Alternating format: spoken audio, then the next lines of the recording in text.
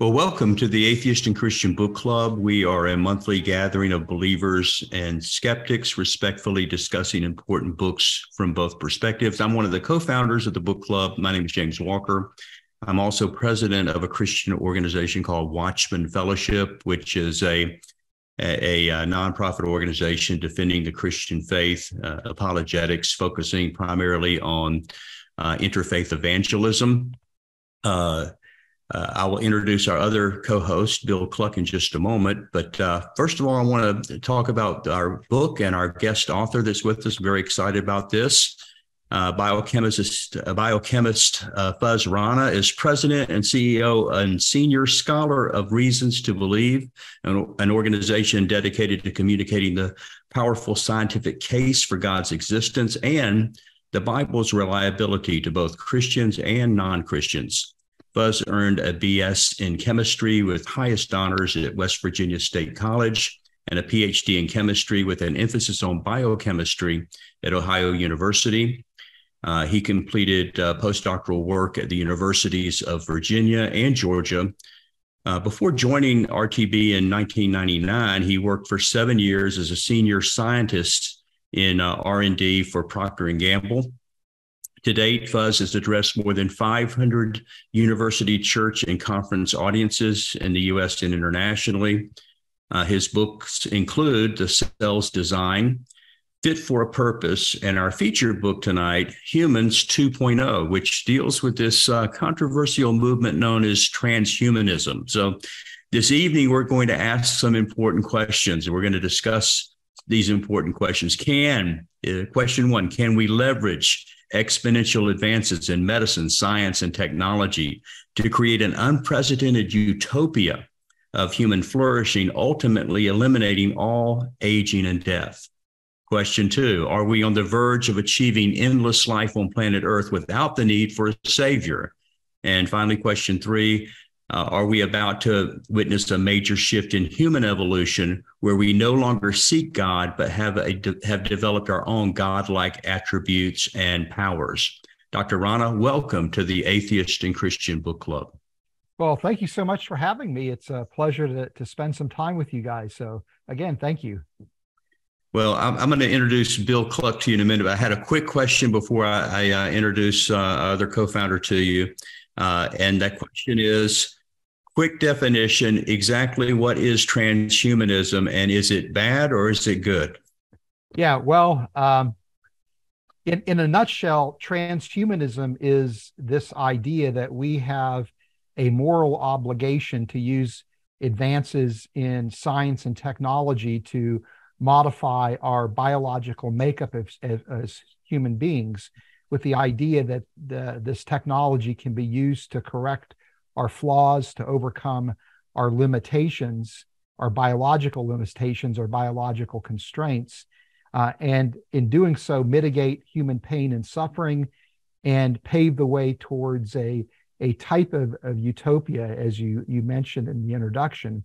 And for many people, this idea of transhumanism takes on a type of religious character where people see transhumanism as the ultimate pathway to human salvation by granting individuals a practical type of immortality, and for us as a species provides the means for us to survive, to have a long-lasting existence.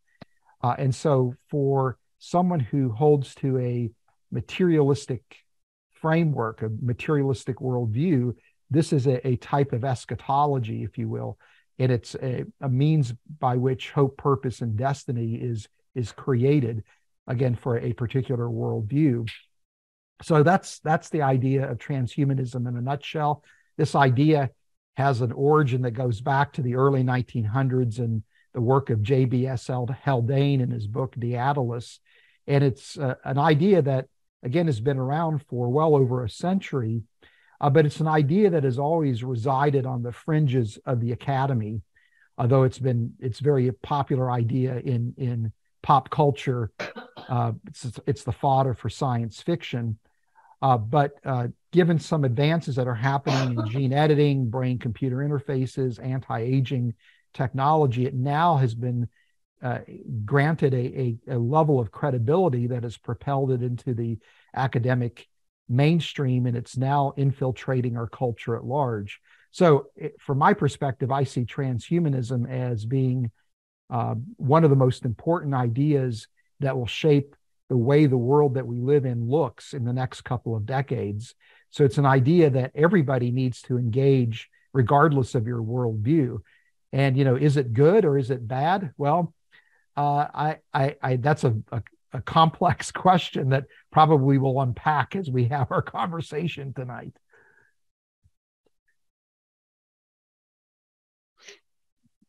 Yes, well, and again, we're looking forward to doing that. And one thing that I liked about your book, Fuz, is that you did seem to have a very balanced finding good, and then also finding some concerns as well on the various technologies and how that would play out. Let me say, those of us for the members of our club, again, this is a respectful dialogue that we have each month. We've been doing this over 5 years now with both believers, Christians, and non-Christian atheists. And the co-founder of our, if you have a question or comment for the club, if you will put that into text, if you look at on mine, it's at the bottom of the screen. You can put a text in there, and kind of moderating that is Brady Blevins and Daniel Ray, and they will Brady there, and they will make sure that your question gets up. And this has come up before, and if you would rather not come on camera, but you just would like them to ask the question for you, they would be more than happy to do that as well. So, Fuz, let me introduce you to our other co-founder of the club, Bill Cluck, is a former Christian, now atheist, and we've started this club about 5 years ago now. Bill, do you have a question or comment for? Yeah, I was a big fan of Hugh Ross and Reasons to Believe in the progressive. You're a progressive creationist, right, Faz? Yes, that's right. So let me ask you a quick question on that. So you believe God comes in like the Cambrian explosion, where you have the major phyla coming all at once and gets things off the ground, and then he might wait and to get evolution going from Pakicetus to, Amblicitus. So what's the evidence for progressive creationism? Well, in a sense, we take a perspective that the scientific dates for the age of the earth, the age of the universe, for the antiquity of life on earth are valid. We see the fossil record is providing a real sampling of the history of life on earth. So we do indeed see a progression of life on earth, and acknowledge that. When it comes to the capacity of evolutionary mechanisms to generate, to generate life's origin and to fully account for the design of life and the total history of life, we express some measure of skepticism. For example, I think it's well known that there's not a viable explanation currently for how chemical evolution could generate the very first cells. There are certain key transitions in life's history. You mentioned the origin of body plans. That's symbolized by the Cambrian explosion, or the origin of eukaryotic cells. That transition from prokaryotic to eukaryotic cells is also something that is again not adequately explained with current evolutionary theory. There's this idea of the extended evolutionary synthesis, which is a growing minority of biologists that argue that current evolutionary theory is not completely adequate to account for, again, all of the evolutionary transitions we see in life's history. So I would argue that in a sense is negative evidence, but it is evidence for this idea that there needs to be divine input, direct divine input. I'm open to the idea that, again, evolution could be God guided. I'm not averse to that.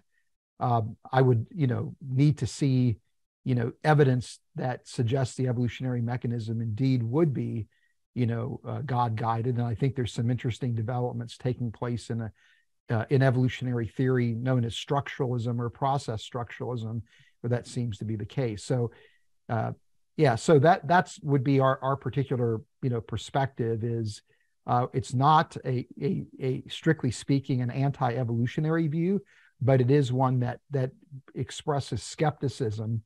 And again, I also, as a biochemist, see design, particularly at the biochemical level. What I see to be bona fide design, that also I think it indicates that there is an intentionality or a mind behind life and life's design and its origin and its history. But you, in one of your books, you said, the standard thing is prokaryotic 3.5 billion years ago. It takes 1 billion years just to get to eukaryotic cells where you have a nucleus, another 2 billion years just to get to the Cambrian where these major body plans like trilobites and echinoderms and all of these things come about. And you said that if man is God's crowning achievement, why in the world did he wait so long? Yeah, well, if you look at the at the history of life on Earth, it's very clear that there is a biogeochemistry that is part of Earth's history, and so organisms that that appeared very early in Earth's history played a role in transforming the Earth to make the Earth suitable for advanced multicellular life. And we now, as we come on the scene very late in Earth's history as human beings, we have an abundance of natural resources that are all ultimately biodeposits. And so, I can't speak for God or know God's mind, right, as to why God, quote unquote, waited so long. But, when you look at the history of life on Earth, for example, you can't have the Cambrian explosion, at roughly 540 million years ago until you have, first of all, continents in place, because that creates shallow water environments that create the habitats that the organisms in the Cambrian explosion would have occupied. That the formation of continents creates shallow water environments that led to the flourishing of cyanobacteria, which pumped oxygen into the atmosphere, creating high enough oxygen levels that would allow for multicellularity. You have to have a transformation of the Earth's oceans so that the oceans go from acidic to a closer to neutral pH. This is through a weathering process that's taking materials off of the land masses into the oceans, altering the pH. And the oxygen that we see at high levels during the Cambrian is generated, again, over a pretty extensive period of time of Earth's history, where you have cyanobacteria generating the oxygen, consuming up this ferrous iron in the Earth's oceans, converting it to the ferric form, the oxidized form of iron, that serves as essentially an oxygen buffer before you get adequate levels. So I mean, that would be kind of an incomplete answer, but it's essentially again, there's a history of life on Earth that correlates with transformation of the Earth, driven actually by organisms. People complain, and I'm not, I don't deny global warming, I don't deny climate change, but people complain about the damage that we're doing to the Earth. Well, cyanobacteria did enormous amount of damage to the Earth's atmosphere by pumping huge levels of oxygen in the atmosphere. We think of oxygen as being this very life-giving molecule, but in fact, oxygen is a horrifically toxic material. It's liquid oxygen is one of those materials as a chemist that scares me to death. There's very few chemicals that I actually am afraid of. Liquid oxygen is one of them. Wow. Yeah. So, So I listened to your video, very impressive. You know, we're moving forward. Science is progressing. Transhumanism has huge potential. So, but at the end, you talk about the gospel and our meta narrative of Genesis and so forth, which has no foundation. Genesis got everything wrong it could possibly get. It has the earth on day one, sun on day four, which you all admit is wrong. But you do exegetical gymnastics, do this translucent thing where, oh, no, the sun was really created on day one, as science says, earth on day four. But it was translucent and just appeared that way. And, you know, Jonathan Sephardi has pointed out, you have huge problems with these millions of years. Plus, when I was going to start a Reasons to Believe chapter, and one of your own staff members said the plants come way too early. Angiosperms and gymnosperms, whatever, they don't come about till 390 million years BC. So they're coming way late. They have the dinosaur. I just went to Dinosaur Adventure, and they have the dinosaurs and humans on day 5. And when you put millions of years in there, you have real problems. Like if you have the plants on day 3 and the things that flowering the plants, pollinate the plants on day 4, if you have millions of years, you have a problem. Plus, if you have millions of years, it's just huge problems. So my point is, why rely on this terrible Genesis account that gets it all wrong? Why rely on the New Testament that talks about demons and principalities when Paul says Satan withheld me? He really thought of a real Satan. So we are beyond that, aren't we, Fuz? Why not just go to transhumanism and forget the gospel? Yeah. Well, first of all, I mean, there's a number of issues you're raising, you know, that'll take a little bit of time to unpack here, but you know, let's, you know, with respect to the book Transhumanism, you know, the only aspect of the creation account that I draw from is the idea of humans being made in God's image. And so, you know, but, you know, not to sidestep your question, you know, I think, you know, all, you know, due respect to Jonathan Sarfati, he doesn't necessarily speak for the breadth of Christian scholarship when it comes to how to understand Genesis 1. And I'll tell you this, that you know, the message of Genesis 1 is very clear, that there is a creator that is responsible for bringing everything into existence, including human beings, and that human beings have a special status in creation because we're made in God's image. And then plus there's also this 6+1 pattern that's introduced in Genesis 1. That message is very clear.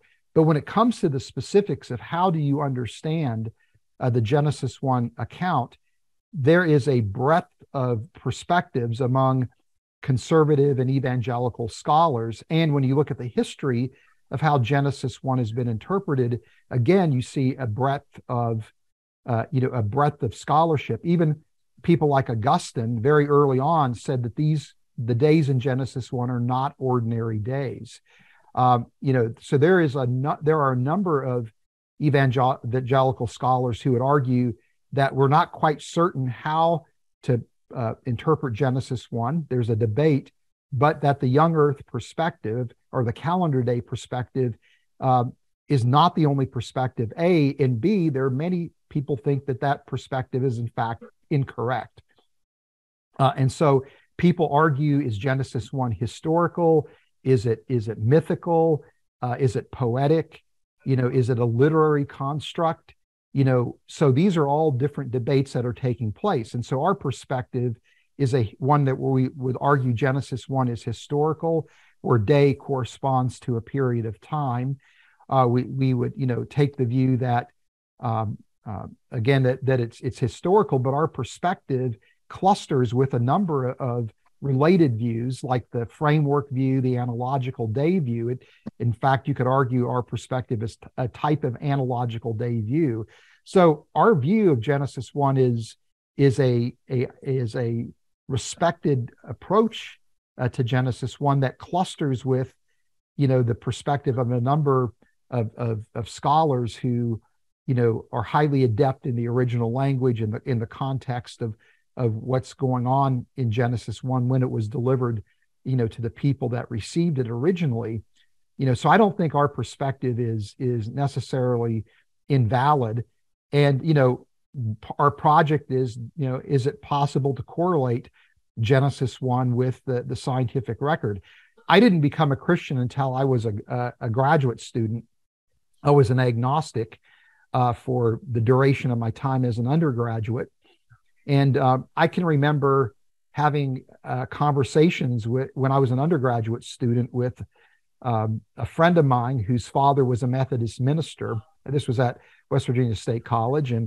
And we would discuss all kinds of issues, questions like, hey, was Jesus haploid or diploid, things like that, and he and I one time had a conversation about Genesis 1, and I can remember we both agreed, boy, if Genesis 1, or if the days in Genesis 1 are periods of time, it's remarkable to see the correlation that you see between, Genesis 1 and the history of the earth and the history of life on earth.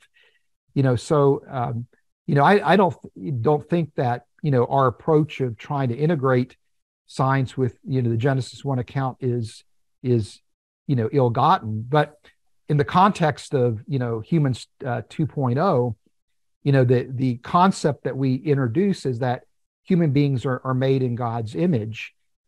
And, this is an idea that clearly is taught in Genesis 1 and is kind of elaborated on in Genesis 2.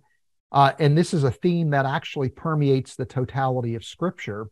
And it really is the foundation for Christian ethics, which is the point that we were making, that if you take the view that human beings bear God's image, the implications are, one, that every human life has an infinite worth and value. In fact, from a Christian perspective, every human life bears a sacredness to it because we all image God. But then also, it is the motivation ultimately. If you look at the commands that were given to humans because we bear God's image, it's the motivation ultimately to pursue science, to develop technology, including medical technology. So that image of God concept is very powerful in that it says humans have value, that it's worth developing the technology to promote human flourishing, to minimize human suffering. But at the same time, it also, and while it inspires, again, science and technology, it also says that there are these boundaries that we should not cross if crossing those boundaries compromises the dignity and the sanctity of human life.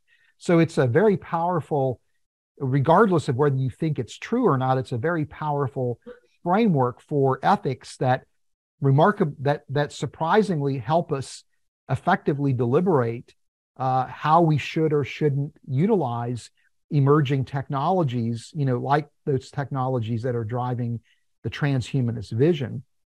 Now, in the book, we actually defend the idea of humans being unique and being exceptional as image bearers by pointing out work that's happening in evolutionary anthropology, where there's a growing number of anthropologists who agree human beings actually are exceptional.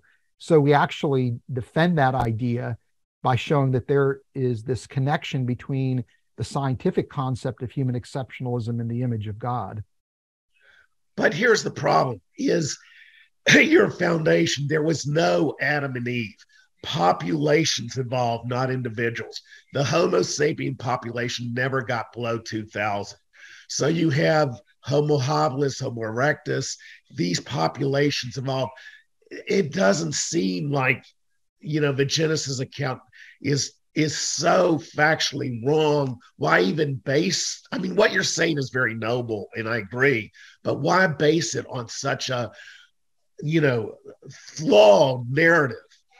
Well, there's two responses to that. Number one is, I don't know that given the mathematical models used in population, genetics, that you can actually make a statement with confidence that the human population never dropped below 2,000. I don't know that you can actually make that statement. And there are ways where you can have a historical Adam and Eve, even in a framework where you argue that human beings are the product of evolution. For example, my friend Josh Swamidas, who he and I don't agree on the question of human evolution, and he just was elected as a fellow to the AAAS, but wrote a book called The Genealogical Adam and Eve, where you can show genealogically that you reach a point in human history where anyone that was alive at that point in time who would have descendants today would literally be an Adam and Eve type of figure. So there's a number of ways in which you could preserve the historicity of Adam and Eve in an evolutionary context. But even in my framework as an old earth creationist who believes that Adam and Eve were created de novo, you can't say that the population never dipped below 2,000, because the estimates of population sizes are time average. They're not a population size at a particular point in time, but it's a time average. So if the mathematical models, which again I'm not completely convinced, give you reliable numbers, but if you just say for the sake of argument they are, if you let's say you wind up with a time average value of 2,000, it means that over a window of time that was the average population. But you could have a point where there was actually two individuals, and it still wouldn't violate that time average value of 2,000. So the population genetics don't actually rule out a historical Adam and Eve. Second point, and would be this, and that is, part of the challenge right now when it comes to things like gene editing, brain-computer interfaces, anti-aging technology, all of which I think are, wonderful advances. There are these ethical issues connected with them, and these ethical issues include their immediate application just simply for biomedical purposes. And of course, when you go to the use of those technologies for human enhancements, the ethical questions become amplified. The problem is that people that approach bioethics from a secular standpoint lament the fact that the technology is progressing far more rapidly than we have the ability to actually carry out ethical deliberations. And in fact, some bioethicists argue that we actually don't have an adequate framework to deliberate about these technologies, that we actually need a new framework in bioethics, because we're pushing the boundaries of science and technology far beyond, what we have the intellectual framework to even effectively deliberate. And in the book Humans 2.0, we talk about how, a secular approach to bioethics framed around utilitarianism or consequentialism actually falls short of being able to truly, I think, truly protect marginalized people who could be exploited by these technologies. So there needs to be a framework that can help us deliberate. And part of our argument is that, this idea of the image of God and the ethical implications that flow out of it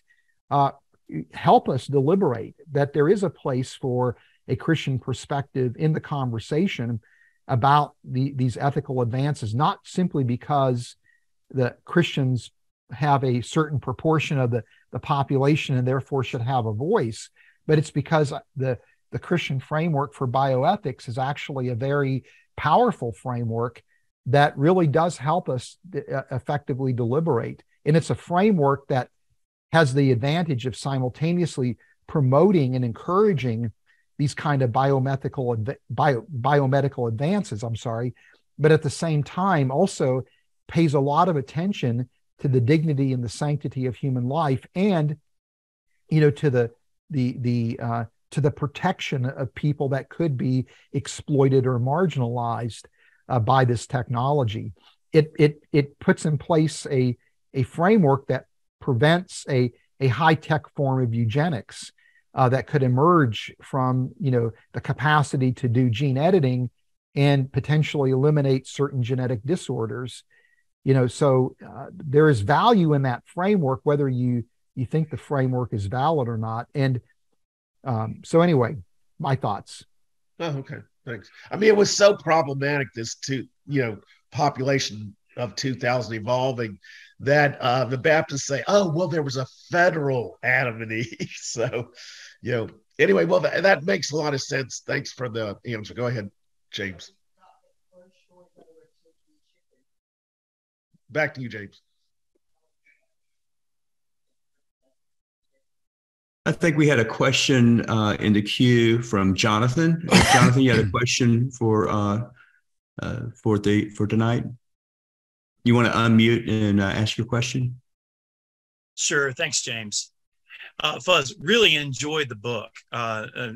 Managed to read it this week and thought Humans 2.0 was just a great read. By the way, especially like the way that you incorporate Iron Man throughout the whole thing. As a big Marvel fan, I'm a fan of that. That was cool.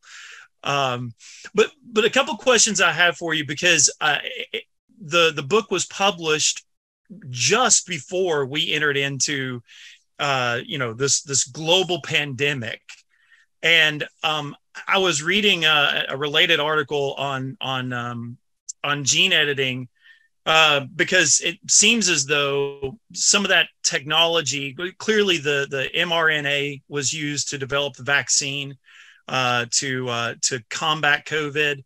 But then I was also reading an article that the idea that CRISPR gene enzyme gene editing could possibly be used to try to eradicate the disease as well. In fact, I thought it was interesting, a quote that came out of an article in Time magazine, where Moderna's chair said the Sunday he got the first word of his company's clinical trial results, this was his quote. He said, there was a sudden shift in the evolutionary balance between what human technology can do and what viruses can do. We may never have a pandemic again. And I thought that was, right in line with this transhumanist idea. So two sort of questions that are related to all that. One is, just from the bioscience side of the biomedical science side of things, what have been some developments that have happened since the publication of the book and since COVID-19 that you could kind of, that have moved us even further into this gene editing conversation? Yeah. And secondly, and this is more ethical, when it came about that, you in your book, you advocate for the Christian ethical framework, which would discourage the use of ESCs, or those embryonic stem cells, especially in terms of developing them solely for parts, right? And yet some of the vaccine that was developed through that method. And there were some on the Christian side of things that said, look, we probably shouldn't take this vaccine because it's been produced through unethical methods. I just would get your thoughts on that as well, just from the ethical standpoint. Thanks. Yeah. Okay. Well, several questions, so I'll try to remember them.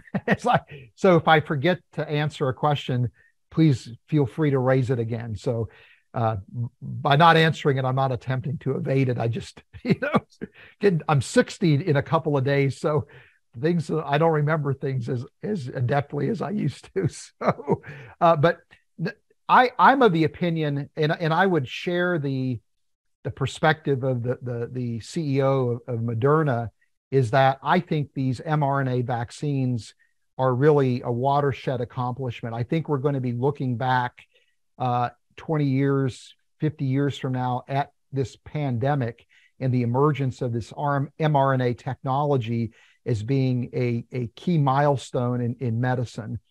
And I would agree that in principle, it's actually there is no reason why there should be a pandemic in the future, because the beauty of these mRNA vaccines is you can very quickly go in the lab and create an mRNA that essentially could impart immunity, to people receiving the vaccine for a pathogen that would suddenly emerge. It was remarkable because as soon as they had the gene sequence for the COVID-19 virus, they were able to go in the lab and develop the mRNA for the spike protein that was used within a week, and they already were progressing it very quickly into animal studies and small-scale human clinical trials. That's remarkable to me, and it really points out the fact that, again, this is going to really change the way in which we engage infectious diseases in the future.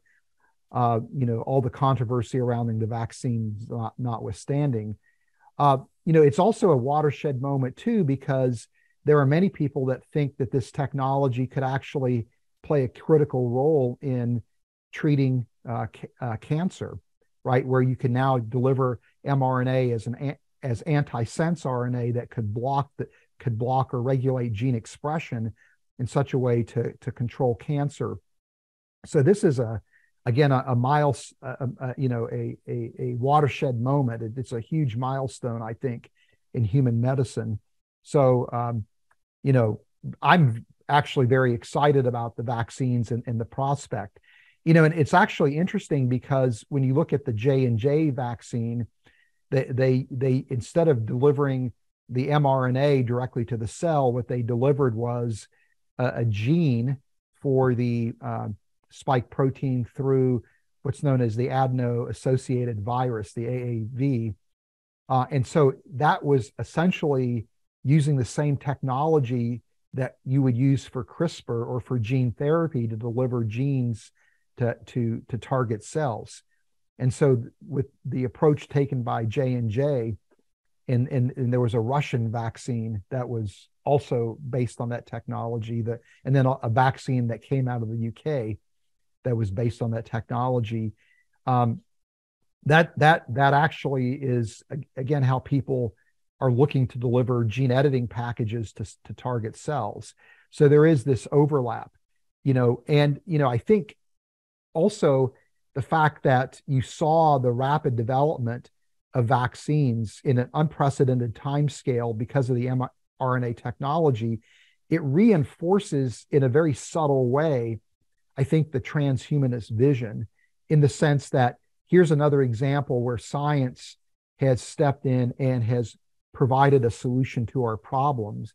And because of that, I think more and more people will turn to science, not just simply to solve problems that are confronting humanity, but to solve the ultimate problem that humanity faces, which is our own mortality, right? So it creates a climate where people are much more willing to trust in science for, if you will, for human salvation. Now, in terms of the advances that have taken place in CRISPR gene editing, it's the advances are happening at such a pace that it's very hard to actively keep track of it. This again is part of the challenge, even as a biochemist. And it's not like I get up every day and I look to the scientific literature to see what's happening with CRISPR. But one of there's a number of technical challenges right now utilizing CRISPR, and this includes things like off-target effects and things like that. So people are not completely sure they fully understand, how CRISPR is carrying out its work. But it's clear that there are this potential for off-target effects, where even though it's a very high precision way of editing the genome, when you look at the size of the human genome, 3.2 billion base pairs in the human genome, statistically, you're going to have sequences in the genome that are going to be very similar, but not identical, to the target sequences. that the guide RNA is using to direct the activity of the CRISPR enzymes. And so because of that, you wind up with these off-target effects. So people are looking at ways of trying to minimize those off-target effects. People are looking at different variations of the CRISPR technology that give you greater versatility in manipulating and editing the genome. And so, it's still a work in progress, right? And of course, how do you deliver the technology to target cells? That's, again, still problematic. But the delivery mechanism of the mRNA vaccines by Moderna, for example, by Pfizer, BioNTech, using these lipid nanoparticles, again, is the type of technology that could be used to deliver gene editing packages as well. So, these advances are all working in conjunction to move us closer and closer to the reality of gene editing being at a clinical level. There are some small scale clinical trials that are showing some success, again, for gene editing as potentially treating genetic disorders. And so to me, that again is really exciting. So, So I think we're getting closer to seeing this really matriculate into the clinical setting. And, definitely, I think it's going to revolutionize the way we treat blood diseases that have a genetic origin, a genetic etiology. Most definitely, I think that is going to be something we'll see in the very near future. I saw a small scale clinical trial where people used this gene editing approach to treat children born with Tay-Sachs disease. That's a fatal genetic disorder, but they saw some remarkable, encouraging, results with that particular approach. So, there's a very real potential there. Now, you asked a question about embryonic stem cells. Could you repeat that question? Sure. And thank you for addressing the other. That was excellent. The only question I had was from a Christian frame. Again, you advocate for a Christian framework or ethical framework, and I know that a number of Christians had some qualms about accepting some of the vaccines that were being on offer because they used ESCs, because they use embryonic stem cells. And, just wanted you to speak to that a little bit. Sure, from a Christian perspective, you may not want to see ESCs used, but if they are used, does that necessarily mean that we should eschew that technology or that Right. gift that's been given? Right. Okay. Yeah. Thank you. Yeah. And actually, I teamed up with a Christian bioethicist, and he and I wrote a paper about the pro-life implications of the COVID-19 vaccines. And the point here is that there was a fetal cell line that was used, that is actually widely used in biomedical research, that was derived from the kidney cells of a aborted fetus. I think the abortion was in the early 70s, and it happened in Sweden or something like that, where these fetal kidney cells were taken and these cell lines were developed from them. And so those cell lines are human cell lines, but the fetal cells have been modified to such a degree that they are not like any kind of human cell, right? They are human of human origin, but they don't correspond to any human cell. And these are immortal cell lines, which means you can culture them and culture them and culture them. One of the problems is that with human cells, they only will replicate X number of times and then they stop. This is the Hayflick limit. And so there are ways you can modify those cells to overcome the Hayflick limit and then modify them so that they grow ideally in certain culture conditions and things like that. And so you've got these cell lines that have been developed from fetal tissues that are widely used in biomedical research. And so for the Pfizer, BioNTech, and the Moderna vaccines, these fetal cell lines were most likely used to test the vaccines, but they weren't used to develop them, or they're not used to produce them. The J&J vaccine not only used the cell lines for developing the vaccine and testing it, but also are necessary for its production. So the J&J vaccines are, rely on these fetal cell lines to a much greater degree. And so what we did in that paper is, after kind of explaining, hey, here's the science behind the vaccines, here's how these fetal cell lines are used, here's how the fetal cell lines are developed, we then explore the pro-life implications. And it's not clear cut, right? And I read quite extensively from Catholic bioethicists as well as Protestant bioethicists who are pro-life.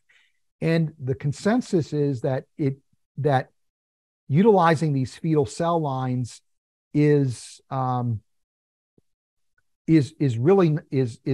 completely permissible, even if you hold to a very strong pro-life position. In part, and there's a number of arguments along those lines. One is that the act that you would consider to be ultimately immoral would be the abortion itself. That taking the cells from the aborted fetus, if the abortion wasn't performed with the intent of utilizing that abortion exclusively for the purposes of harvesting the cells, but if you're harvesting the cells as a consequence of the abortion, which was then done, electively, without the, as an abortion, to terminate the pregnancy, as a researcher to come in and then harvest those cells is a secondary act that is in fact independent of the abortion. It's dependent on the abortion, but it's independent of the abortion. And then to take those cells and you go in the lab and you modify them, that act of modifying the cells is an independent act from the abortion itself. And so then to cultivate them, so you're so far removed in time and space from the act that was immoral, and the subsequent acts were really independent acts that to utilize those cells isn't inherently immoral for research purposes or even to produce vaccines. So that's one argument. Now, as a Christian who is a pro-life person, I would argue that this does highlight, give an opportunity to highlight again the fact that what I believe to be the brutality of abortions. So it's a way to highlight a pro-life position and to call out out the biomedical community, challenging them to use alternatives to fetal cells or to embryonic stem cells. And there are alternative options that increasingly are becoming available. But there's such a long history of using these cell lines for biomedical purposes that you have a framework so that when you're using these cell lines to evaluate drugs or new vaccines, you've got a framework by which to put your results into context.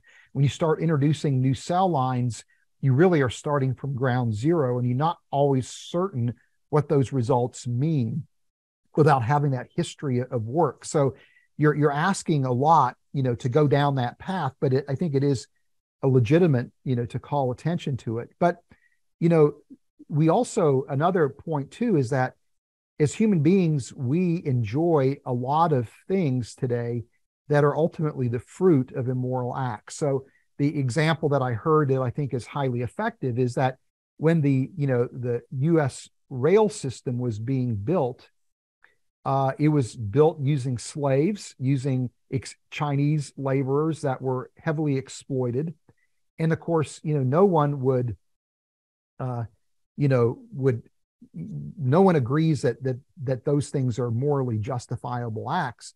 But we all take advantage of the fruit of having a rail system in the U.S., right? And so every time we get on a train or every time we consume products that have been transported from one location to the other on a train system, is that actually, are we complicit in the act of slavery? Are we complicit in the act of exploiting those Chinese laborers? I think most people would say no. Or, the drug used to treat malaria was developed by Nazi physicians testing the drug on, people that were in concentration camps. Does that mean that we are, complicit in those acts of atrocity because a doctor prescribes the anti-malarial drug, or we take that anti-malarial drug?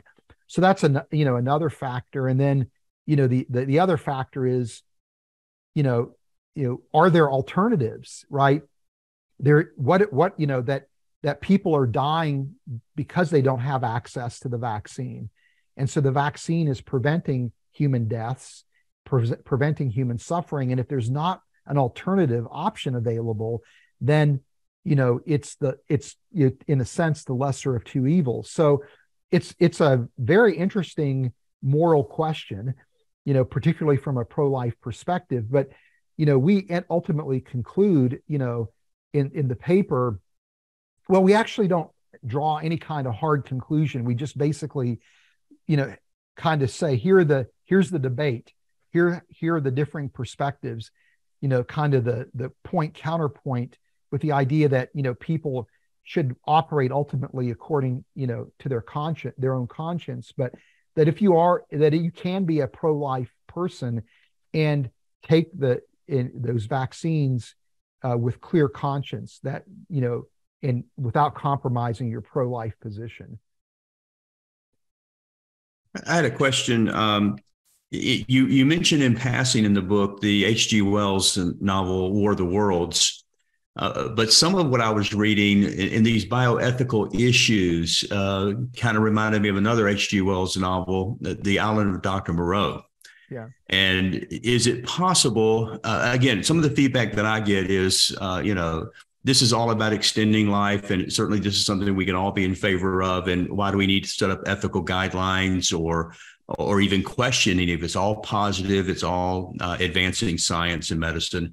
But this might be an example, and I don't know if you're familiar with it or not, but maybe 4 or 5 years ago, there was a scientist, a Chinese scientist who kind of got in trouble he was doing CRISPR gene editing on human embryos. Are you familiar with that story or that event? Could you address that? What was taking place and why was it controversial? Yeah, well, this Chinese scientist who actually was trained in the U.S. at Stanford.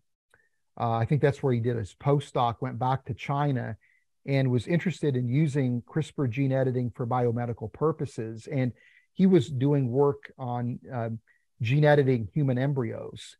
And so there's a number of people that have been working on doing gene editing of human embryos, because to do gene editing in an adult or in a child, you're not going to be able to cure genetic diseases. You're going to be able to treat them, help manage those genetic diseases, but you can't cure the genetic disease. You have to, in order to do that, you have to work at the embryo level, which means you would have to, do some kind of genetic screening of the parents. And if you identify genetic defects that could lead to genetic disorders, that you would actually do gene editing on the embryo, or really on a collection of embryos that were produced through in vitro fertilization. And then you would select those embryos in which the gene editing was successful and where there was minimal off-target effects.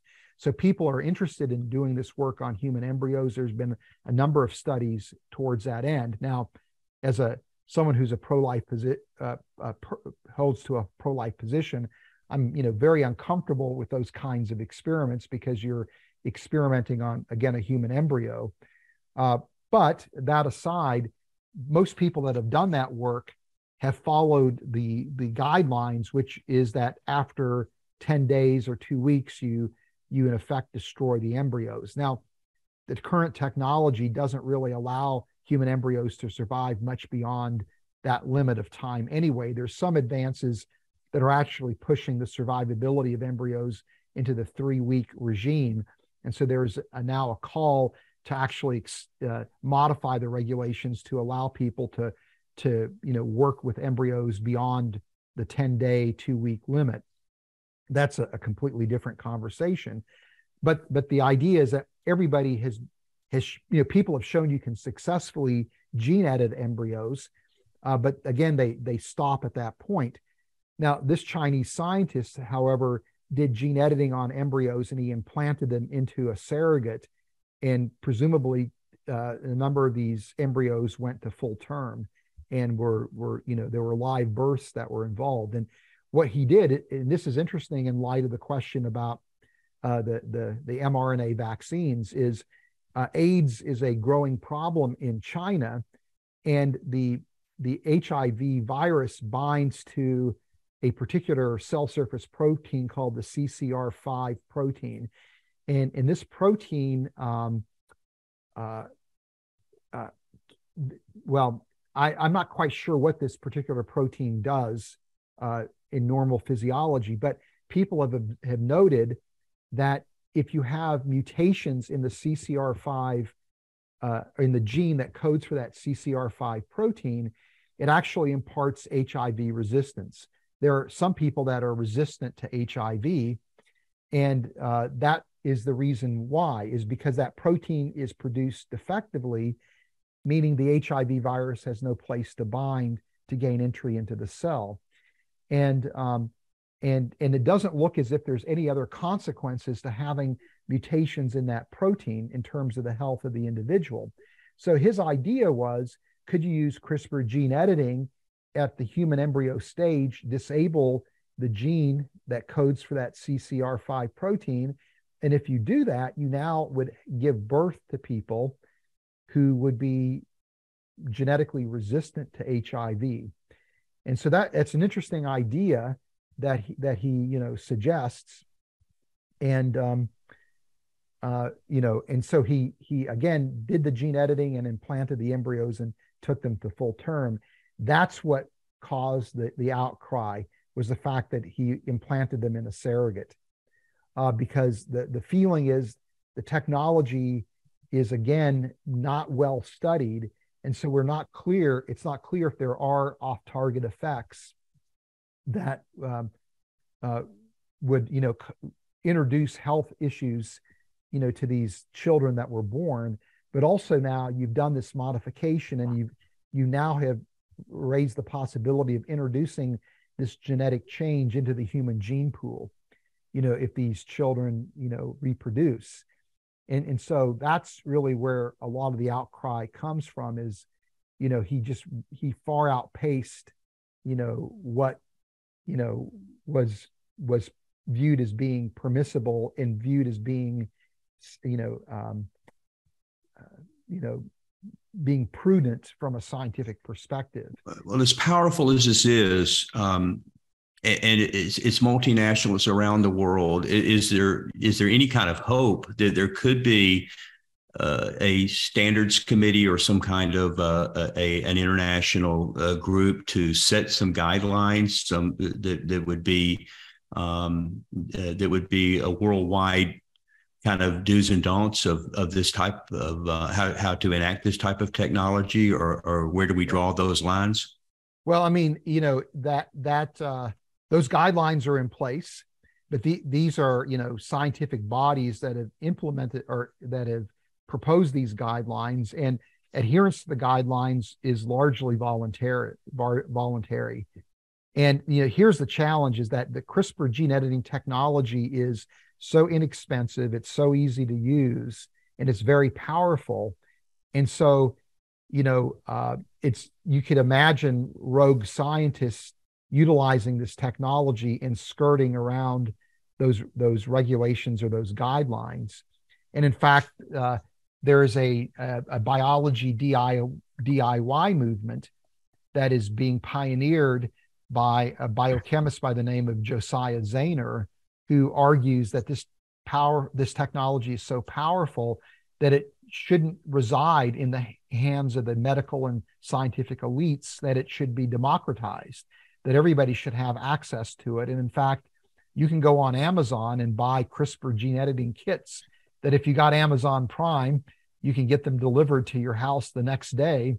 And, you know, by that evening, in your kitchen, do a CRISPR gene editing experiment. Now, some of these kits that are relatively inexpensive, around $200, $250, and, you know, $250, you know, the experiments you're doing are relatively benign, but for $4,000 or $5,000, you can get gene editing kits that are far more sophisticated.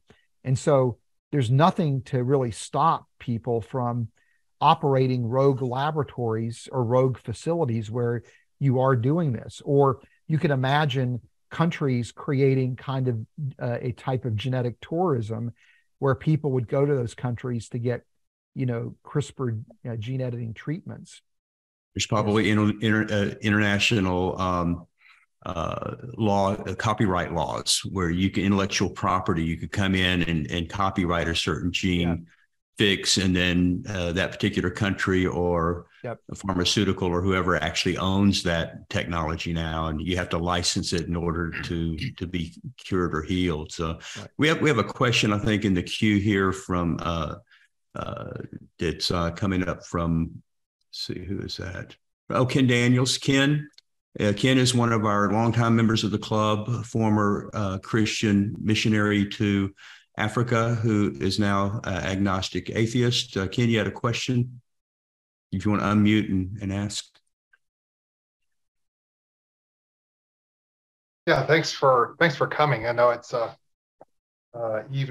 weekday evening, and you've got probably a lot of other things you could be doing, but you're here with us, so we're privileged to have you. I did watch your video. I didn't watch your book because I only found out about this just a few days ago, and just been busy with work. So, but I was impressed with the presentation you gave. I think it was Southeastern Theological Seminary, the video that we were given for YouTube on YouTube to watch. But I have a question. It's not unique with me. I've heard the question posed by others. Most recently, I think by physicist Ostenfelder. What's her name? What's her first name? I can't remember her first name now. Sabine, yeah. Ostenfelder. Yeah, I listened to her most recent book on audiobook. But she posed the question of, it's more of a thought of experiment than a question, but suppose that in the far future, we're able to reach a point in technology where we could replace a single neuron with a functionally equivalent silicon-based neuron. And then so the question is, would I still be the same person if somebody did that to me? And I think you'd probably say yes, but I'd be interested to push that a little further and say, well, if there were 2 neurons or 100 or 1,000 or a million or a billion, and then eventually all of them, would I still be the same person? And if we could push it even further, if we got to the point in technology where we could just build such a brain from scratch, would that brain have the possibility of consciousness and human identity? So what are your thoughts on that? As I presume you're a dualist, so it's kind of an interesting question to pose to a dualist.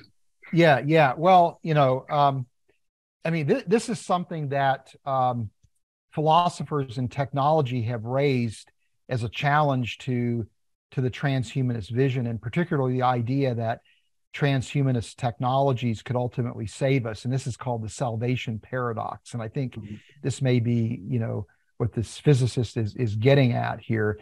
And well, I think it's more of a philosophical question than a practical question. But, you know, it's kind of, I think it's meant to be a sort of a challenge to dualism and to think about, is dualism really true, or are we living in a purely physical, material universe? Well, I mean, you know, okay, thanks for clarifying.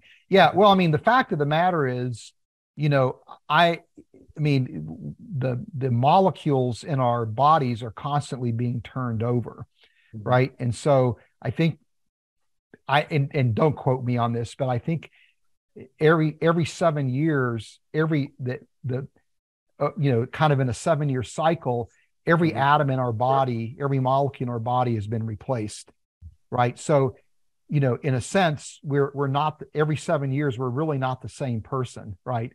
Right. And yet we don't, and so this is essentially functionally the same thing. So then you would agree that I would be the same person in theory every single neuron. Right. I think so. I think so. In the assumption there, though, is that those synthetic neurons, are, functioning in the way identical way to, right. Yeah. or very similarly to an actual neuron, right? Because in effect, that's already happening, right? That those neurons are not the same, even though they because of the molecular turnover. But then if you were to take it that step further and actually build a brain from scratch using that approach, do you think that's even a theoretical possibility? Yeah. Well, I mean, I think, to me, again, as a dualist, and I see this as a kind of a crude analogy, would be computer hardware, computer software, where the brain is hardware. The immaterial aspect of our nature would be software, and so you could rebuild the computer, and as long as that the software can run on the computer, that identity of that individual would be the same. But you could actually replicate, a brain, and you could replicate a human brain, and I'm not sure that it would actually function like a human, because again, the absence of the immaterial. And this, this is stuff that's going to be, pressing on us soon, because, people are developing in cultures, cell culture, these brain organoids, right? That are, made from, you can take pluripotent stem cells and get them to coax them into developing into neural cells and culture them three-dimensionally in the lab, and they form these little cell cultures that are, brain organoids, and depending on the growth conditions, you can kind of, quote unquote, mimic different parts of the brain. They're very useful research tools, and people have taken them and implanted these things in the brains of mice, and you can actually show that the mice actually have increased intelligence. So the concern is that when you start doing this, are you potentially creating a level of self-awareness in the mice that maybe grant them the status of personhood? So, it's this may go from being a theoretical question to a practical question. So I think that's going to be, very interesting. But I think to your point, and this is to be completely fair, I think the work that's taking place with brain-computer interfaces is pushing on this idea of dualism. All right, and I don't think there are philosophers that are working in the mind-brain problem that are paying sufficient attention to this, because to me it's bizarre to think that not so much that you can extract electrical activity from the brain and then use that electrical activity to control computer hardware and computer software, but it's the fact that you can actually send electrical signals from those devices back into the brain, and the brain can learn to interpret those electrical signals as being information.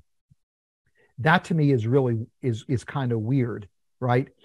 And so it does, it does push on the whole brain mind dualism in a very interesting way that I don't think philosophers have even begun to pay attention. And when I brought up this issue to some Christian philosophers, I was rather disappointed, frankly. They kind of dismissed it as poo-pooing it, as opposed to saying, no, this may create a very interesting wrinkle in this whole debate about about dualism and the brain mind separation. So right. So is there anything that you could imagine, any advancement in the future or experiment that would challenge, in other words, you're a dualist. Is your position as a dualist, is that a falsifiable position, or do you think there's something that ever could happen that could persuade you that in principle that dualism is the wrong approach to looking at consciousness in the brain? Yeah, that's a great question. And to be just to be frank, I've not spent an enormous amount of time working in the mind brain problem.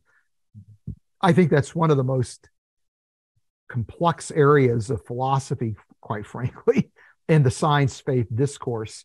And I just have not devoted much effort or much thought to that. I've always just relied on, the work of people like J.P. Moreland and others who, at least as evangelicals who've done that kind of work.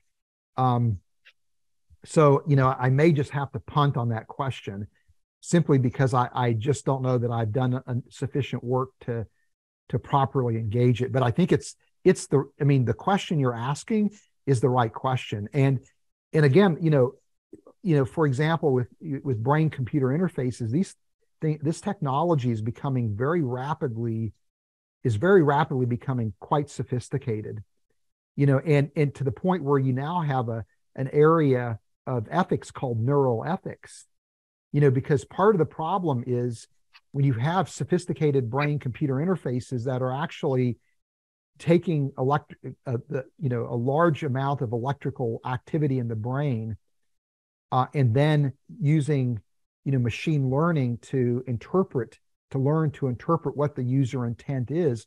The question then becomes, is that brain computer interface actually influencing the volitional activity of that individual? So in other words, if that individual didn't have the brain computer interface, would they actually make the same decision that they have made with the brain computer interface? Because you're forming, in a sense, a collaboration, right? My wife makes me do things I wouldn't have done every day. That's right. That's right. Don't need the interface. We got it already. We have enough of that stuff. Right. Yeah, that's right. That's right. Yeah. But so to me, when I start seeing that, it raises a lot of questions along the lines of what you're raising is, are you actually altering that individual's identity? Again, I remain convinced that there is an immaterial aspect to our nature, but that's more of a conviction.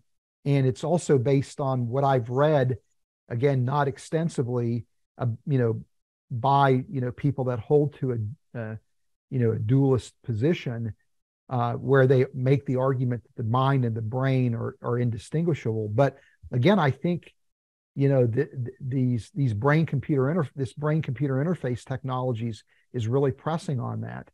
Particularly I think there's hard questions to answer on both sides of that philosophical divide. I mean, it's imponderables.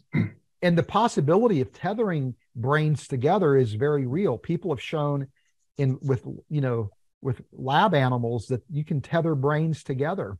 And so the animals begin to work as a collective. There's this classic experiment where you have, two rats that are their brains are tethered together with brain computer interfaces. And one of them is trained to activate a lever to get a food reward. And the other one doesn't have that training. And if the rat that doesn't have the training is presented with that lever and the opportunity for the reward, it doesn't know what to do. But the other rat that can observe this will actually, get that other rat to activate the lever, right? So it's able the brains are able to work collaboratively. And so when you start looking at that possibility, that begins to, raise the question about, identity, but, who's in charge of who? So, and so that these are things that I think, raise all kinds of ethical questions, but they raise fundamental, biological questions, as well as I think some profound philosophical questions. So this is an area where I think Christian philosophers, or at least philosophers who hold to dualism, have their work cut out for them. I think they can't ignore the implications of this. Dr. Rana, I have a question about the medical technology that you've been speaking about. And it seems like when you look at the history of science and technology, the technology is the applied science, basically. And And in every era where there's a device developed, I mean, it's almost comical. We look back 100 years. I was reading Mary Shelley's Frankenstein not too long ago for a podcast we did. And it's fascinating how, 19th century, they're fascinated with this idea that electricity can enliven a corpse, and they go through the story that is told that Dr. Frankenstein goes through the graveyard and picks out all these parts, puts them all together, and then, enlivens the body with electricity, and the yellow eye comes in, and Dr. Frankenstein is horrified. But we sort of look with a little bit of sympathy and pity upon people that were so excited about these technologies. But as technology develops, we laugh at the cassette player or the 8-track tape player, or phones that were attached to walls, or those reel-to-reel movie things. Every step of technology, it seems like we are, as we distance ourselves from it, it becomes antiquated, and we like, how did we ever think that was so great? And I'm wondering, as this biomedical field is developing, if not the same thing 100 years from now, are we going to be, I know it's hard to predict the future in this regard, but it seems to me, if the history of science tells us anything, it tells us that what we're messing with right now is going to be maybe even considered like, why did we even think that we could do something like that? Or that there's some kind of in the future where we're going to wish we didn't do this, or couldn't believe how ignorant we were in regards to these issues in general, whether they're secular or Christian or whatever. How do you see in the field and your engagement with this literature and research, how do you see the field of people? How's the overall general impression toward these devices themselves? There seems like this excitement about the technology is ubiquitous, and it seems like nobody's really putting the pause button on, wait a minute, and I know that's an ethical concern, but it just seems like the enthusiasm for these new technologies is so overwhelming that if you raise your hand, you're going to get run over. It's like trying to wave down a semi on an interstate. It's not going to stop for you. How do you perceive that? I know there's a lot in there, but I hope that made sense. Yeah. Well,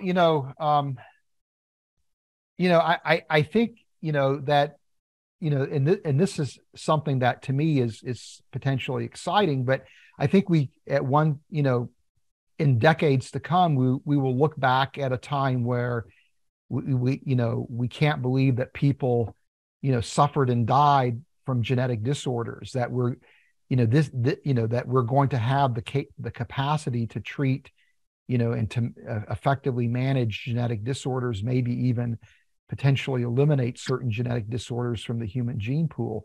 So I think we are going to look back at a time where, I mean, in a sense, we look back to even the Civil War, where people died, from, bacterial infections. That was a routine cause of death because antibiotics weren't available. Mm-hmm. And this is one of the things that's very frightening about the emergence of these superbugs, is that if we wind up in a scenario where antibiotics are no longer effective, medicine literally will revert back to the type of medicine that was available in the Civil War, right? And so that's the thing that frightens a lot of people, is that our whole capacity for medicine is largely predicated on access to antibiotics that work. So I think we're going to, look back, at a time when people again suffered from genetic disorders as being something that we couldn't even imagine. That there's I think I probably didn't phrase my question right, because I totally understand and agree with what you're saying, and I probably should have prefaced it a little bit better. I'm thinking of almost that there's this fine line between certainly wanting to alleviate suffering and find Right. ways to heal people. I'm totally all for that, but there's that fine line where the excitement to heal people, as James said in one of the questions as we began, that enthusiasm and excitement to heal people, if not maybe circumscribed by some sort of moral precepts, turns into a kind of unbridled, unquestionable enthusiasm that we're just going to do this right. No matter whatever the cost. This is what we have to do. And I guess that's kind of the enthusiasm that I was speaking right. of. There's no caution in the enthusiasm for what the potentiality is for these things. Right. And that seems to cloud our ability to think ethically about going forward. I think that was probably better phrased there, but yeah, I get where you're going. Yeah. And I mean, and I mean, this is the concern with any kind of technology, and, reading in the philosophy of technology is very enlightening, because most people that write in that area really, have this view that as human beings, we always have this uneasy relationship with technology, where technology benefits us, but it also, creates, it introduces new types of pain and suffering while it alleviates pain and suffering. Right. And oftentimes we then turn to technology to alleviate that new found pain and suffering, only to create like a Windows upgrade. Yeah, exactly. Or like somebody, trying to get out of quicksand. The more that we do, the more that we become ensnared or entrapped. And then, of course, there are, unintended consequences to technology as well. So, and the more powerful the technology, the more frightening the unintended consequences. And again, this is a place where I think Christian theology does have a contribution to make, in that, this idea that human beings, are sinful, right? That we have a propensity to take even the best of things and use them for nefarious purposes as human beings. And so, right.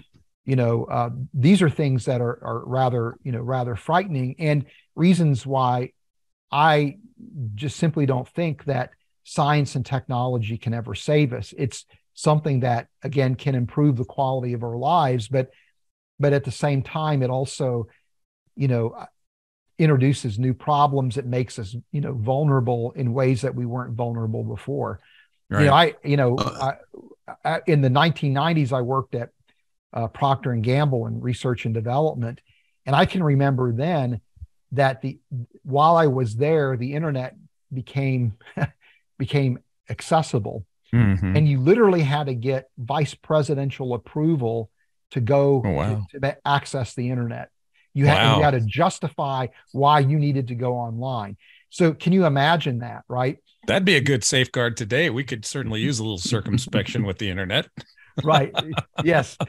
But think about it now. I mean, if the internet went down on a large scale basis. Oh, we're all chicken littles. You're like, I have no internet. What am I going to do? Yeah. Well, but it would not only create inconvenience, it would literally bring our economy to a halt. Right. Services would come to a halt. Right. So this is incredible technology that has driven economic advance, that has improved the efficiency of our lives, the access that we have to goods and services that we wouldn't have otherwise have ready access to. But on the other hand, we are even more vulnerable. And so, this is essentially the relationship that we have with technology, and it's not going to be any different when it comes to, to medical technology as well. I wonder if it's the vulnerability. It's an interesting point you make, Fuz, about vulnerability. I wonder if, and I've always had this thought, that our technologies don't make us more vulnerable. They make us realize just how vulnerable we always generally are, if you think about that. And so I think with this medical question, these bioethical medical questions, I think do bring to the forefront our mortality, and our vulnerability and dependency upon systems and tech and science, rather than from a Christian perspective, being contingent upon and dependent upon Christ for everything. And I think for me as a Christian, I lose that sense of dependency on Christ when we're surrounded by all these other things that seem to be sort of surrogate gods in some sense in providing for our needs. So thank you for your answers. That's kind of what I was looking for. I appreciate that. Hey, Fuz, I had a question for you. One of the first introductions I had to the transhumanism, probably 10 or 12 years ago, was in a coffee shop with an atheist, former Christian, now atheist, who I had known for a while. And he was so excited. It goes well beyond this extending human life or even even beyond the concept of accentuating or adding abilities to human life through technology. What he was talking about was this thing, he called it the Methuselah principle. And I don't know if it's connected at all with the Methuselah Foundation that you talked about in your book.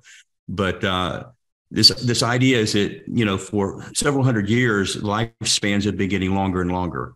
And so every year, you know, of course, this was kind of put back with COVID and with the opioid crisis. But besides that, for every year, it seemed like the human lifespan went up a couple of days per year. And the idea with this exponential growth in technology, what he was telling me was the time's coming very soon, within the next decade or two, that the human lifespan 1 year is going to be, the very next year, it's 366 days longer, which means you're adding more than a year every year to your lifespan, which is a functional type of immortality. And he was so excited about this. This is a way of having what he saw as eternal life without having the messy repentance and God fairy tales. And so he could have his cake and eat it too, so to speak. So I wanted you to address that. And maybe if some of our atheist members could give me some feedback. Do you see this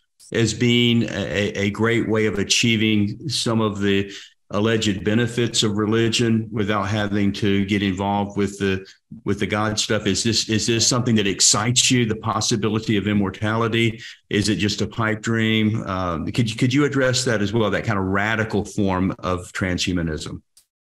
Yeah, well, when it comes to anti-aging technology, I think it's very easy to think about it as being not much more than kind of snake oil, right? But the fact of the matter is there are some proposals on the table that really have scientific credibility about how we might go about extending life expectancy. In fact, there's a growing number of people working in biomedicine who argue that we really should think about aging as a disease, not something that is inevitable. And if it's a disease, it means that we can treat it, maybe even cure it. And I've seen some papers published where people have demonstrated that using certain drug cocktails, for example, you can actually not only arrest the aging process, but actually reverse it, so that the test subjects who received the treatments at the end of the study were actually their biological age was less than their chronological age. And there's certain biochemical markers you can look at to determine the biological age. And so this is something that, I think is within reach, right? Is this idea of, radically extending human life expectancy. And then you couple it with, cell and tissue and organ replacement therapies and other kinds of potential treatments that could, help to mitigate the effects of aging. It is something that is going to be quite possible. Maybe you don't attain, immortality, but you could very well extend human life expectancy. And this is, if suddenly humans are living several hundred years, it's going to literally change society from the top to the bottom. It's literally going to change even the structure of families. And so, it not only will extend life expectancy, but if this technology is available on a wide scale basis, it literally will change the way that the world looks and the way that families look. I think of Jacob's words to Pharaoh when Pharaoh's like, "How old are you?" Or, and Jacob, I think he was 120. He says, "My days have been few and evil." So even if you live a long time, I think that's going to be the lament of most people. Why do I want to live that long? I don't know. But I think without eternal life, though, I think that does seem to be, as James was saying, maybe that is an appeal to people that don't. We talked to Carl Sagan's daughter about this. Remember, James? We were asking them about her father's idea of why colonize planets. And Sasha's response was very interesting. She said, just so we can live a little longer, promote the species just a little longer. And maybe there's no ultimate goal for that. I don't know. but it seems like without God, there has to be some sort of telos. Why would you want to live longer in a world like this? Well, maybe we could just put it in the chat too. You don't need to on camera to tell me, but for some of our atheist club members, I'm just curious: is this something that gives you great hope, or is it really just maybe another form of religion? It's turning transhumanism into a different denomination of a religion in your eyes. So if you could just let me know in the chat, I'd appreciate that. Maybe because I'm still not old, I don't have any interest at all whatsoever in living beyond 80 years. I mean, take me to 80, keep me healthy, then I'm done, I'm out. That's good enough. Yeah. Yeah. Well, I mean, to me, as I start getting older, anti-aging technology is appealing, not so much because I necessarily want to live longer, just simply because, when you start feeling the effects of aging, it's not a lot of fun. So, just even to mitigate that, is something that I would be very interested in. But to an earlier point, I don't know if you saw this in the chat or not. Go ahead. I'm sorry. Go ahead. I was just going to say, to Daniel's point, I wish I could say that this was my thoughts, but it wasn't. I attribute it to Ben Mitchell, who's a philosopher. And he said that, one of the concerns with having practical immortality is that it actually strips away a sense of urgency that we all have as we live our lives, where, we recognize our time is short. And so we live, or at least, we live to the potentially to the fullest, that we relish experiences, we pursue experiences. Whereas if you had, an indefinite period of time, there isn't that urgency to live and experience life in the same way that we do currently. And so his argument is that it actually would remove kind of the joy and the excitement of life. An interesting point. Yeah, it was like C.S. Lewis had said, his argument from desire, or something like that, where there's a longing in this world, as it goes. I'm paraphrasing, that this world can't fulfill, and he argues that if I can't fulfill that longing in this world, there must be something else beyond this world. And to some degree, I think philosophically and as human beings, in some ways, the literature that I've read in this, though very limited, seems to be this idea for anti-aging or living longer, or perfecting our bodies, or curing disease from a non-Christian perspective, and whatever perspective that might be, seems to have that kind of yearning or longing for transcendence, if you will, that sense that inner sense that maybe I could or should, or maybe there's this hint of an idea of possibly living longer, or even forever perpetuating our species, if you want to look at it that way. But there does seem to be an appeal to some kind of transcendent ethos going forward in this discussion. Hey, Fuz, didn't you, Ross, say our species only has a couple 100,000 years? We're just one supernova explosion away from just calling it quits. Yes. Yeah. He's got a talk where he kind of goes through all the ways in which our species, as would come to an end. And this is I think part of, again, another concern, I think, this is where transhumanism comes into play in a significant way, because, for example, if you look at the idea of Ray Kurzweil, where we could upload the essence of who we are, whether you want to call it our minds or what have you, into a machine framework, then we now have that capacity to escape our biological limits, and to escape many of the threats that we experience because we're biological organisms.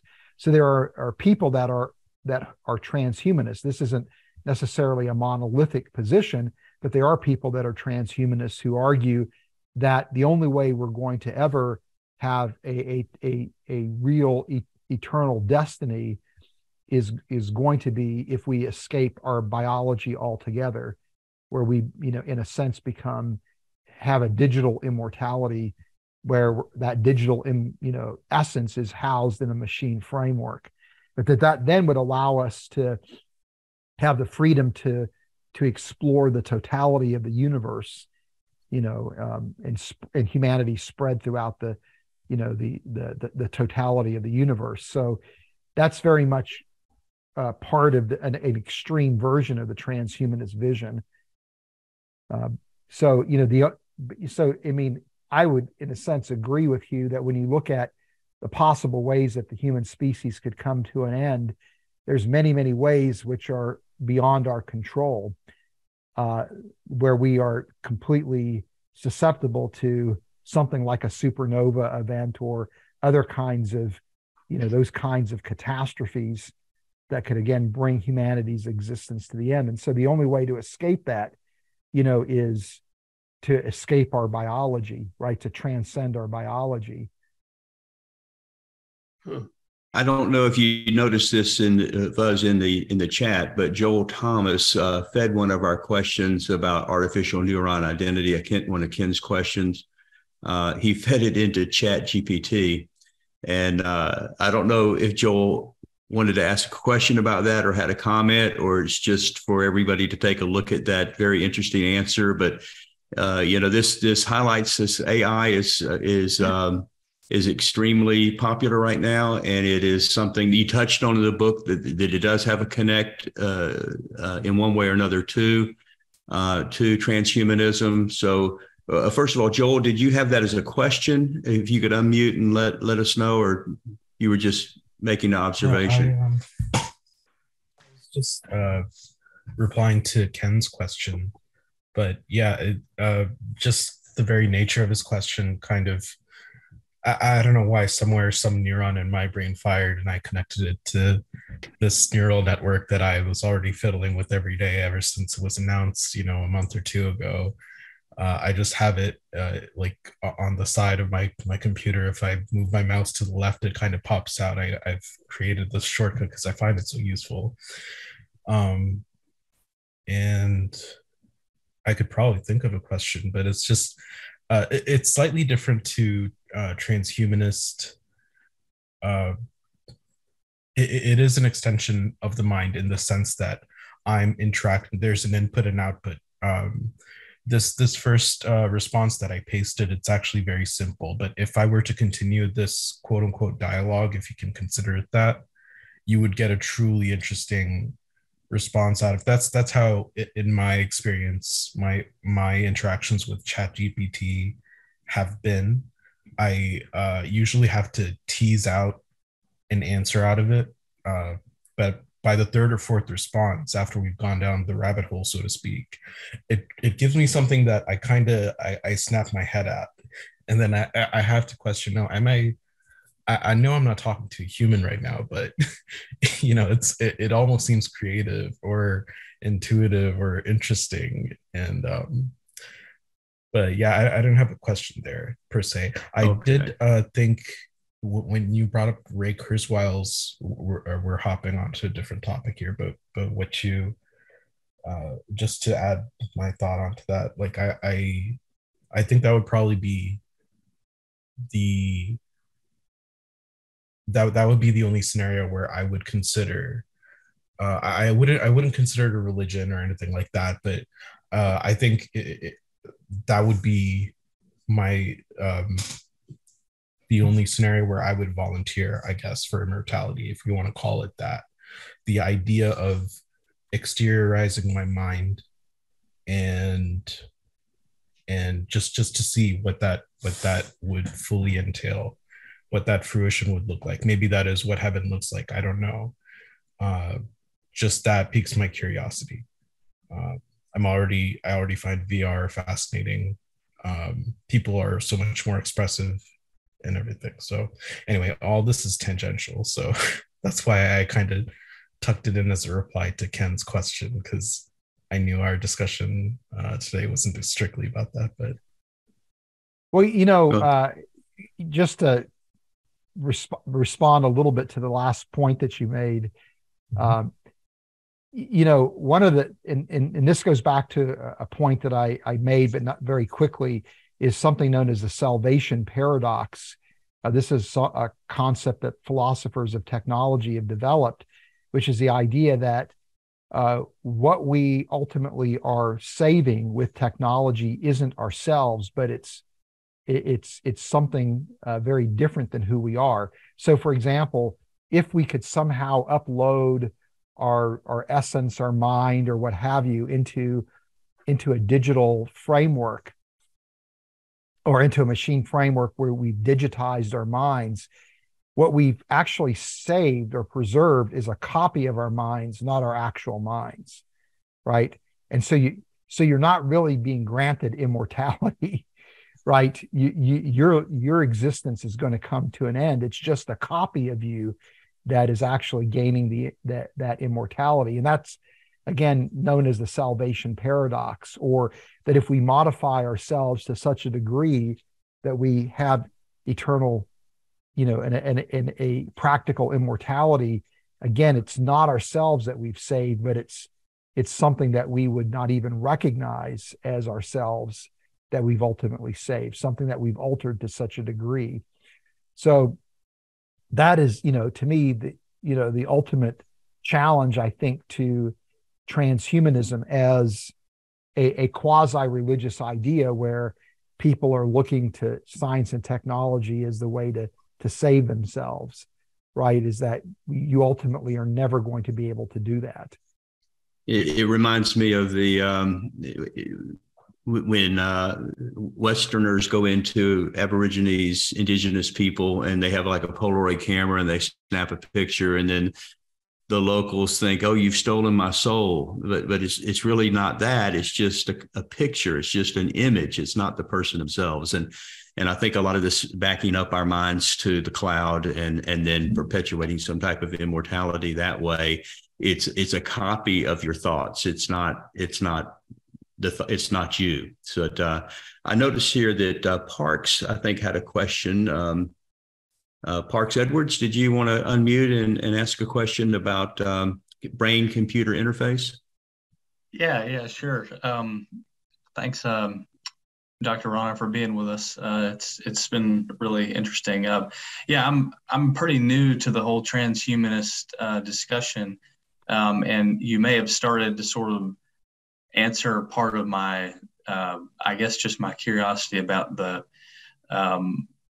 concept of trying to upload your mind into a computer. So, I mean, the inspiration for me asking about this does come from a couple science fiction movies, and in one scenario, that's what happens. It's uploading someone's mind to a computer, and it works and stuff like that. And then the other one is where it's an idea that you can remove someone's brain and put it into a synthetic body, and you're able to transfer seemingly the person from a biological form to a synthetic form. And so I guess my curiosity is based upon the brain-computer interface technology that's being developed now.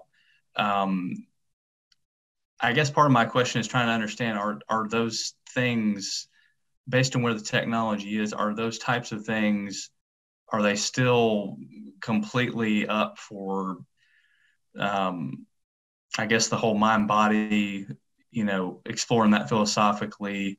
Are they totally in the realm of science fiction, or is there any credibility to those ideas? I guess is what I'm just curious about. Yeah, well, at this point, I don't know that there's any kind of real credibility to the idea that you could actually upload our mind into or digitize the mind and store it in a machine framework. I think that's something that is, it is essentially untested, right? And I don't see any prospects of testing that, in the near future. Brain-computer interface technology is remarkable, but it's still very primitive in many respects. But the capabilities are growing leaps and bounds, literally year after year. It's one of the most competitive areas right now in bioengineering, and the advances that I'm seeing are absolutely astounding. but it's still very primitive. But again, there are things that you see happening that I could see somebody who holds to the view that, all we are is our brain, and that, that you could somehow preserve the electrical activity in the brain in a digital format, because, as we mentioned, it's possible with a brain computer interface and with internet technology to affect things with your thoughts in remote locations, right? It's conceivable that you could actually tether human brains together, and you might even be able to tether human brains together non-locally. And if you then couple, the idea of having VR experiences, that you remember and that you can then share with another person, you begin to start to, I think, to create a milieu where it doesn't seem that unreasonable to think that maybe one day you could actually do some kind of digital upload of your brain. So, so to me, it's not simply, what is possible, but it's also what people think is possible as well. Right. Yeah. That's kind of what I was trying to think about. Is like, is the plausibility of that kind of thing? Is it largely dependent on how you're approaching other questions like our nature and, mind body problem and stuff like that? I want to take just a second now and talk about our March book club that's coming up pretty quickly here, and we'll get back to Fuz in just a minute. But on March 2nd, we're going to be reviewing the documentary. We won't have a book per se. We're going to be reviewing the documentary film Transcendent Man, featuring the inventor, computer scientist, futurist, and transhumanist Ray Kurzweil. He is coming from an atheist or agnostic perspective, but this guy's brilliant. He's the creator of, inventor of a number of things: the optical character scanner, computer speech recognition technology, musical instruments such as the electronic keyboard synthesizer, much more. This documentary, he's written a book as well that you might get called "The Singularity is Near."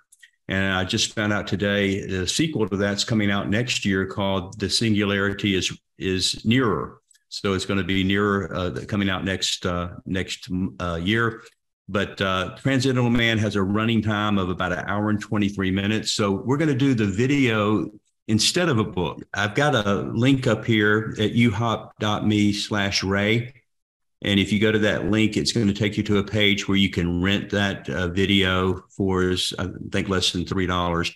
Amazon $2.79, YouTube $2.79. You can purchase it, I think, for $12 at Google Play, $13 at YouTube. So if you just copy down that link, uhop.me/Ray, and that will take you to a place where you can get that inexpensively. We watch that, and then we will come back on March 2nd, the first Thursday of next month, and that will be our, in lieu of a book, that will be what we look at that point. So let me turn this off. There we go.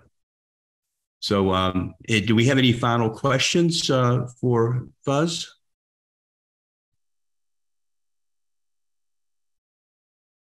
I had one if nobody else did.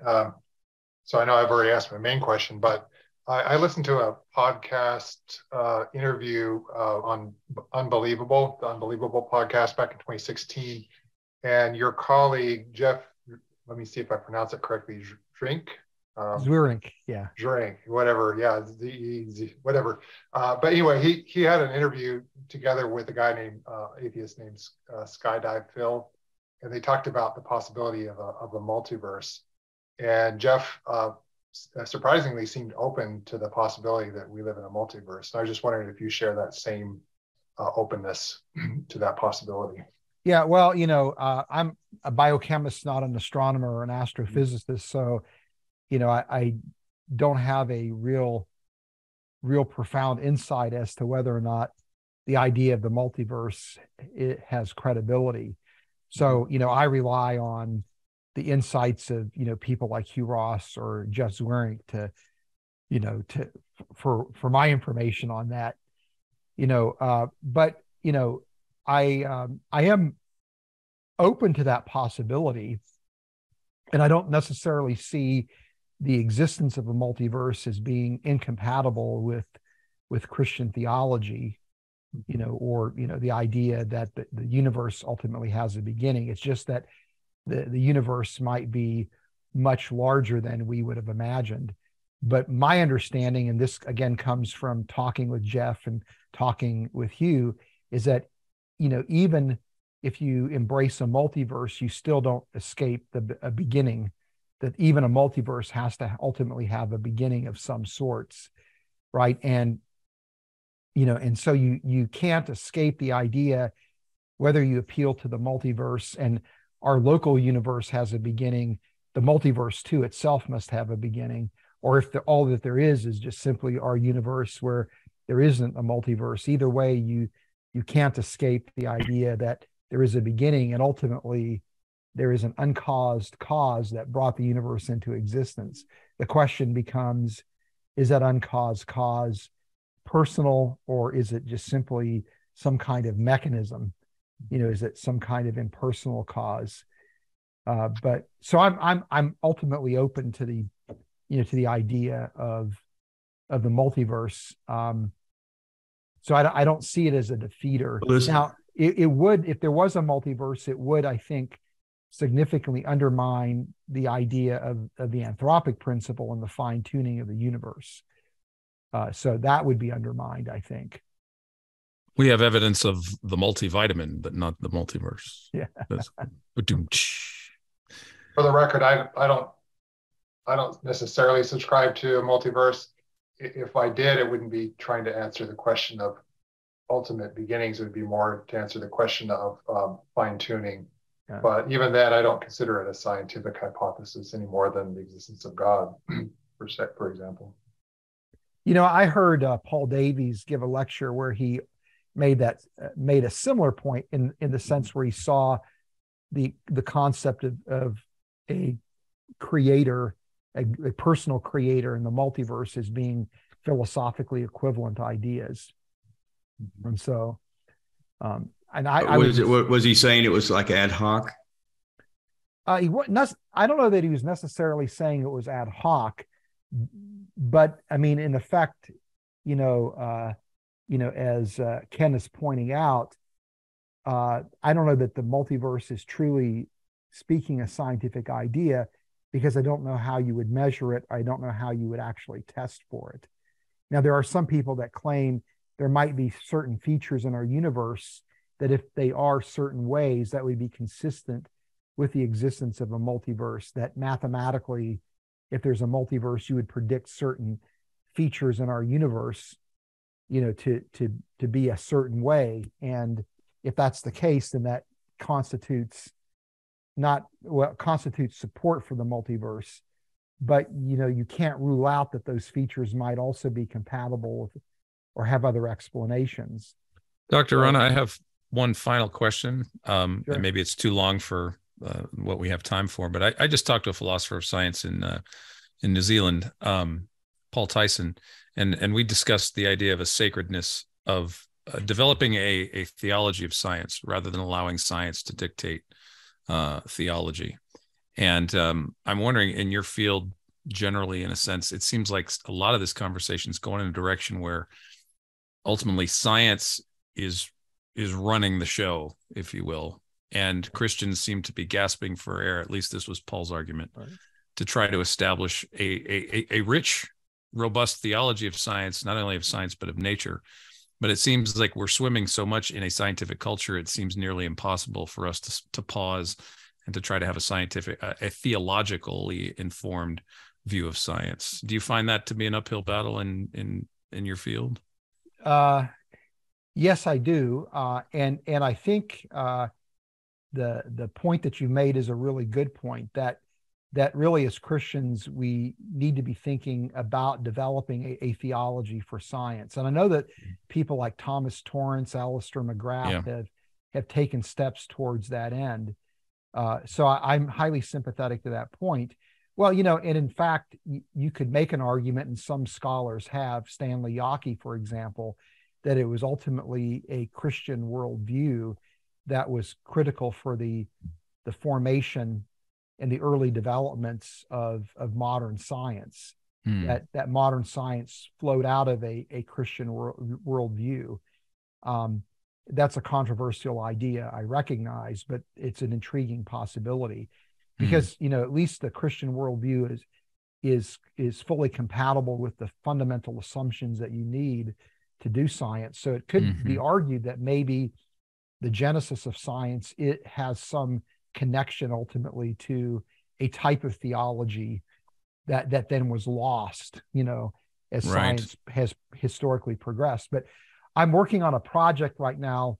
The working title is called, for a book, Should We Play God? So it's somewhat of a sequel to Humans 2.0, where I'm going to be looking at synthetic biology in a broad sense, and asking the question, should we play God? And interestingly enough, I'm using the island of Dr. Moreau as kind of a theme that runs through the book. Just seeing parallels between what the island of Dr. Moreau is about and what's happening with the creation of artificial life forms and manipulating life, creating these non-natural organisms. But one of the things that I'm doing in that book is actually working on developing a theology for synthetic biology, and I'm doing some collaboration with a Christian philosopher / theologian to guide that effort. But what I'm doing is looking at the grand features of the Christian narrative, the creation, fall, redemption, and consummation, as being 4 areas that speak into a larger theology for how we might think about synthetic biology. So instead of fixating on the ethical issues connected, and the safety issues connected with these emerging technologies, it's really looking at how should we think theologically as Christians about these advances. And where you wind up is that there is a legitimate that from a first principle standpoint, that Christian theology actually would encourage, ironically, work in synthetic biology, not inhibit it or stand in its way, because it's part of our dominion, right? And that so that is, I mean, I don't know that I would say that what I'm going to produce is going to be the definitive theology. I think far from it. It's going to be very much, elementary, I think, very much introductory. But one of the things that I lament is that as Christian scholars are thinking about AI, as they are thinking about transhumanism, synthetic biology, I don't see anybody coming to the table saying, here's a theology for these emerging technologies, right? So I think your point is a good point, that I don't think as Christians we're doing a good job of thinking theologically from first principles about these things, and then from that framework engaging it. Rather, we engage it in a very incomplete way, and it's a lot of times it's a knee-jerk reaction that we're bringing to the table, not a thought-out reaction. It's like a whaling ship that has harpooned a giant whale, and there's a few people on the boat going, should we be doing whaling while the boat is being pulled around by a giant whale? But Tyson's basic premise was, he traces how in the medieval era, how the science, faith and reason debates, natural reason versus revelation, those kind of discussions among the natural philosophers created an environment that ended up siloing these different realms of knowledge, to which included our modern siloing of theology, science, and he notices it's always science and religion. science and faith. So if you want to come around and try to put faith in front of that or theology in front of that, you're just going to be, pushed away. So I think that is a challenge. It's a great book. You might be interested in Paul Tyson, A Theology of Science. We just interviewed him, but big questions. And that's, I think, what we absolutely have to do as believers is to really get a handle on a theology of what we're doing. First principle, first order questions. Well, Fuz, I want to say thank you so much for being part of the Atheist and Christian Book Club. I love Reasons to Believe. I love Hugh Ross. About 15 years ago, I was co-authoring a book and needed a couple of chapters on quantum physics, addressing this new age concept called The Secret. And I had nowhere to turn. And I called Hugh, and he didn't know me. I didn't even know him, but he single-handedly put together a team of both atheists and believing physicists and helped me through a phone call, a group call, basically helped develop the whole chapter for me. And then so the very first book we did at the Atheist and Christian Book Club was Improbable Planet. And he was our first interview for the book club as well. So, we appreciate your organization. We appreciate you and your time. Do you have any final words of advice for both our Christian and our atheist club members? You have any final words for us? Yeah, well, I guess I'm actually encouraged that you are interested in this topic and interested in discussing this topic across worldviews, across philosophical and religious differences. Because as I said, at the beginning, I think this idea of transhumanism is going to be one of the most important and profound ideas that literally will shape the world that we live in the next several decades. And nobody can afford not to think critically about this idea of transhumanism. And that means that, again, differing people of differing perspectives need to be in dialogue about these issues and really respect, I think, the differing perspectives that we all bring to the table, because it's through that collective wisdom, I think, that as a human species, we will have any hope of actually successfully navigating, this emerging technology in a way that it actually truly benefits humanity and minimizes the exploitation of human beings and the misuse. But, again, the stakes are high, I think, not to be an alarmist, because the technology is powerful and there will be points of no return, and if we've not thought through things carefully, we might be very, very disappointed in where the future is taking us, again, if we're not doing our work now. Well, thanks again. We really appreciate it. And to our members, thanks for keeping the conversation respectful and insightful. And we will see you on March 2nd when we talk about Ray Kurzweil. Thanks so much.